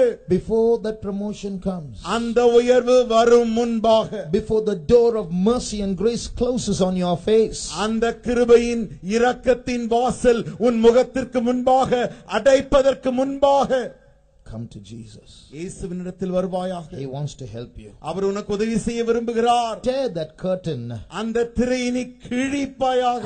And expose your sin and tell it to Jesus. உன்னுடைய பாவத்தை வெளியரங்கமாக்கி இயேசுவினிடத்தில் சொல்லுவாயாக. All of us who are seated in this place, இங்கே உட்கார்ந்திருக்கிற நாம் யாவரும், we are going to spend a couple of minutes in prayer. கொஞ்ச நிமிடங்கள் நாம் ஜெபத்திலே செலவழிக்க போகிறோம். Shall we all kneel down? நாம் யாவரும் முழங்காற்படியிடுவோமா? God is in this place. தேவன் நம்முடைய மத்தியில் இருக்கிறார். The Spirit of the Lord is in this place. தேவனுடைய ஆவி நம்முடைய மத்தியில் இருக்கிறது. Savior Jesus is in this place. இரட்சகராகிய இயேசு நம்முடைய மத்தியில் இருக்கிறார். We have a God who wants to help us in our trouble. நம்முடைய பிரச்சனை நமக்கு உதவி செய்கிறதான தேவன் நமக்குண்டு. We have a God who wants to cover and forgive our sins in a different way than what we are doing. நாம் செய்கிற வண்ணமாக அல்ல, மாறாக நம்முடைய பாவங்களை நமக்கு மன்னித்து மறைத்து வைக்க நமக்கு ஒரு தேவன் உண்டு. So you give your sin to him. ஆகினால் உன்னுடைய பாவத்தை அவரிடத்தில் கொடுப்பாயா? Don't hide it inside. He knows it already. He is going to judge the secrets of men. அதை நீ உனக்குள்ளே மறைத்து வைக்க வேண்டாம். அவருக்கு ஏற்கனவே தெரியும். ஏனென்றால் மனிதர்களுடைய அந்தரங்கங்கள் யாவையும் அவர் அறிந்திருக்கிறார். But now, brother, sister, if you will open your mouth and tell it to Jesus, இப்பொழுது சகோதரனே சகோதரியே, உன் வாயை திறந்து உன் இயேசுவினிடத்தில் நீ இப்பொழுது சொல்லுவாயே ஆகில், then the lawyer Jesus will take it to the Father and he will tell it before the Father, and you can have mercy and forgiveness. அப்பொழுது உன்னுடைய வழக்கறிஞராகிய இயேசு உன்னுடைய பாவங்களை எடுத்துக்கொண்டு போய் அவர் பிதாவினிடத்தில் சொல்லி அப்பொழுது உனக்கு கிருபையும் இரக்கமும் கிடைக்கும். There is an adversary who is a lawyer against you called the accuser. சத்துருவாகிய நமக்கு விரோதமாய் குற்றப்படுத்துகிற அந்த சத்துரு உண்டு. குற்றப்படுத்துகிறவன் என்று அழைக்கப்படுகிற ஒரு வழக்கறிஞர் உண்டு. குற்றப்படுத்துகிறவன் என்று அழைக்கப்படுகிற ஒரு வழக்கறிஞர் உண்டு. But we have a lawyer who is called an intercessor. ஆனால் நமக்கு ஒரு வழக்கறிஞர் உண்டு, அவர்தான் பரிந்து பேசுகிறவர். So if we confess our sins, ஆகையினால் நம்முடைய பாவங்களை நாம் அறிக்கையிடுவோமே, He will pray for us before the Father. அவர் பிதாவிற்கு முன்பாக நமக்காக வேண்டுதல் செய்வார். And we can go from this place as a child of the Father. இந்த இடத்திலிருந்து நாம் பிதாவின் பிள்ளையாக குமாரனாக இங்கிருந்து செல்லலாம். We can go from this place today with the assurance, if I die tonight, I will go to heaven. இன்று இரவு நான் மரிப்பேனே ஆகில் நான் பரலோகம் செல்வேன் என்கிறதான அந்த நிச்சயத்தோடு கூட நாம் இங்கிருந்து செல்ல முடியும். Shall we go to Jesus? நாம் இயேசுவண்டை போவோமா? Shall we go to Jesus, lawyer Jesus, and confess our sins? இயேசுவாகிய வழக்கறிஞரிடத்திலே போவோமா? அவரிடத்திலே போய் நம்முடைய பாவங்களை நாம் அறிக்கை செய்வோமா? Even if we have become believers, maybe there are still some hidden sins in our lives. ஒருவேளை நாம் விசுவாசிகளானாலும் கூட நம்முடைய வாழ்க்கையிலே சில பாவங்களை நாம் மறைத்து வைத்திருப்போமே. Here is a chance to talk to Jesus and get cleaned. இங்கே இயேசுவிடத்திலே பேசி அந்த காரியங்களையும் கழுவும்படிக்கு ஒரு தருணம் கொடுக்கப்படுகிறது. Jesus is standing in our midst with his own blood in his hands. இயேசு நம்முடைய மத்தியிலே தன்னுடைய சொந்த கரத்தில் தம்முடைய இரத்தத்தை உடையவராக நின்று கொண்டிருக்கிறார். And if he washes you, though your sins be as scarlet, it shall be white as snow. அவர் உன்னுடைய பாவமானது சிவப்பாய் இருந்தாலும் இரத்தாம்பரமாய் இருந்தாலும் அதை வெண்மையாக்குவார். By his blood he will do it. அவருடைய இரத்தத்தினாலே அப்படி செய்வார். So shall we talk to Jesus? நாம் இயேசுவண்டை பேசுவோமா? If there is any hidden sin behind the screen, bring it out. திரைக்கு மறைவிலே ஏதாவது பாவங்கள் மறைந்திருக்குமே ஆகில் அதை வெளியே கொண்டு வாருங்கள். 1 minute, let's all talk to Jesus. ஒரு நிமிடம் யாவரும் இயேசுவண்டை பேசுவோமா? 1 minute, let's all tear our curtains and bring out those sins to Jesus. ஒரு நிமிடம் திரையை கிழித்து நம்முடைய இயேசுவண்டை நாம் பேசுவோமா? Let's all pray. நாம் யாவரும் That ஜெபிப்போம். the Lord might forgive our sins, let us all pray. எல்லாரும் தேவன் நம்முடைய பாவத்தை மன்னிக்கும்படியாக நாம் ஜெபிப்போம். That the Lord might take away those secrets in our hearts and make us right in his sight, let us all pray. நம்முடைய இதயங்களில் மறைந்திருக்கிற அந்த அந்தரங்கமான பாவங்களை எடுத்து நம்மை சுத்தமாக்கும்படிக்கு நாம் யாவரும் ஜெபிப்போமாக. ஆண்டவரே, எங்களை தாழ்த்துகிறோம். ஆண்டவரே, எங்களுடைய எல்லா பாவங்களை மன்னித்து சுத்தமாக்கப்பட்டவர்களாக இந்த இடத்திலிருந்து போகத்தக்கதாக நீர் எங்களை பொறுப்பெடுக்க வேண்டும். ஆண்டவரே, நாங்கள் குற்றவாளிகளாக உமக்கு முன்பாக நிற்கிறதான அந்த சூழ்நிலை வராதபடிக்கு ஆண்டவரே, நிரபராதிகளாக உம்மால் சுத்திகரிக்கப்பட்டவர்களாக மன்னிப்பு பெற்றவர்களாக எங்களுக்குள் அந்த திரையின் மறைவில் இருக்கிறதான எல்லா பாவங்களை ஆண்டவரே நாங்கள் வெளியே கொண்டு வருகிறோம். ஆண்டவரே, உம்முடைய பரிசுத்த இரத்தத்தினால் இங்கே இருக்கிறதான எங்களுடைய பாவங்களை மன்னியும். ஆண்டவரே, இரக்கமுள்ளவரே, பிரதான ஆசாரியனே, மன்னிக்கிறவரே, சிறந்த வழக்கறிஞரே, எங்களுக்காய் இறங்கும். ஆண்டவரே, உம்முடைய இரத்தத்தினால் நீர் சுத்திகரியும். ஆண்டவரே, எங்களுக்குள் மறைக்கப்பட்ட எல்லா பாவங்களை நாங்கள் முன்பாக கொண்டு வருகிறோம். ஆண்டவரே, உமக்கு மறைக்கப்பட்ட ஒன்றுமில்லை. ஆகையால் பாவிகளாய் எங்கள் மேல் கிருபையாயிரும். ஆண்டவரே, நியாய தீர்ப்பின் நாளிலே உண்மையுள்ள ஊழியக்காரனே, நீ நன்றாய் செய்தாய் என்று நாங்கள் பெயர் பெறத்தக்கதாக இப்பொழுது உம்முடைய கிருபாசனத்திற்கு முன்பாக நாங்கள் எங்களை தாழ்த்துகிறோம். ஆண்டவரே, அந்த கிருபையை தாரும், அந்த கிருபையை தாரும். ஆண்டவரே, அந்த கிருபையை தாரும். ஆண்டவரே, thank you Jesus, we praise you Lord, we praise you. As we confess our sins, நாம் பாவங்களை அறிக்கையிட the Spirit of God is moving in our midst. தேவனுடைய ஆவியானவர் நம்முடைய மத்தியில் அசைவாடி கொண்டிருக்கிறார். Where there is blackness, he is going to create whiteness. எங்கே இருக்கிறதோ அதை அவர் வெண்மையாக்க போகிறார். Where there is guilt, he is going to put joy. எங்கே துக்கம் இருக்கிறதோ அங்கே அவர் சந்தோஷத்தை கொண்டு வர போகிறார். Where the devil is working in your life, there Jesus is going to come. எங்கே பிசாசு வாழ்க்கையில் கிரியை செய்து கொண்டிருக்கிறானோ அந்த இடத்தில் இயேசுவே கிரியை செய்ய போகிறார். The Spirit of God is moving in our midst. தேவனுடைய ஆவியானவர் நம்முடைய மத்தியில் அசைவாடி கொண்டிருக்கிறார். An anointing is coming down. ஒரு அபிஷேகம் இறங்கி கொண்டிருக்கிறது. Some of you who are bound by chains of darkness are going to be delivered tonight. இருளின் அந்தரங்களினாலே சங்கிலிகளினாலே கட்டப்பட்டவர்கள் இன்று இரவு விடுதலையாக்கப்பட போகிறார்கள். போகிறீர்கள். The lawyer Jesus, the Savior Jesus is moving in our midst. வழக்கறிஞராகிய இயேசு, இரட்சகராகிய இயேசு நம்முடைய மத்தியில் அசைவாடிக் கொண்டிருக்கிறார். Today you are going to pass from death unto life. இன்றைக்கு நீங்கள் மரணத்திலிருந்து ஜீவனுக்குள் செல்ல போகிறீர்கள். An anointing is coming down. ஒரு அபிஷேகம் இறங்கிக் கொண்டிருக்கிறது. It's coming down from the throne of God. தேவனுடைய சிங்காசனத்திலிருந்து அது இறங்கிக் கொண்டிருக்கிறது. Dear brother, dear sister, heaven is watching you. அருமையான சகோதரனே, சகோதரியே, பரலோகம் உற்று உன்னை பார்த்துக் கொண்டிருக்கிறது. The blood of Jesus is washing you. இயேசுவின் இரத்தம் உன்னை கழுவிக் The கொண்டிருக்கிறது. Spirit of God is moving upon you. தேவனுடைய ஆவியானவர் உன்மேல் அசைவாடிக் கொண்டிருக்கிறார். Oh Rama Sahankatulanka Bashabankaramani Asabankalamani today. Oh Yarama Shamtudankalamani today. Yaraba Shabankalamani today. Oh Riasamankalamani today. Yaraba today. Thank you, Jesus. We praise you, Lord. Oh Riasamahankarama Shamankalamani today. Oh Yaramahasamtudankalamani today. You may be suffering from a particular sin for many years. அநேக ஆண்டுகளாக ஒரு குறிப்பிட்ட பாவத்தினாலே நீ அடிமையாக கஷ்டப்பட்டுக் கொண்டிருக்கலாம். But my Jesus is more powerful than that sin. ஆனாலும் என் இயேசு அந்த பாவங்களை காட்டிலும் மிக மிக வல்லமையானவர். If you receive him into your heart, நீ அவரை உன்னுடைய இதயத்தில் ஏற்றுக்கொண்டால், if you tell him, Jesus, you be my savior, இயேசுவே நீர் என்னுடைய இரட்சகராயிரும் என்று நீ சொல்லுவாயாக, he will not only be my Jesus, he will be your Jesus also. அவர் என்னுடைய இயேசு மாத்திரமல்ல, அவர் உன்னுடைய இயேசுவாகவும் இருப்பார். You are not going to be an orphan anymore. You have a heavenly Father. நீ யாரும் இல்லாத அனாதை அல்ல, உனக்கு பரலோக பிதா உண்டு.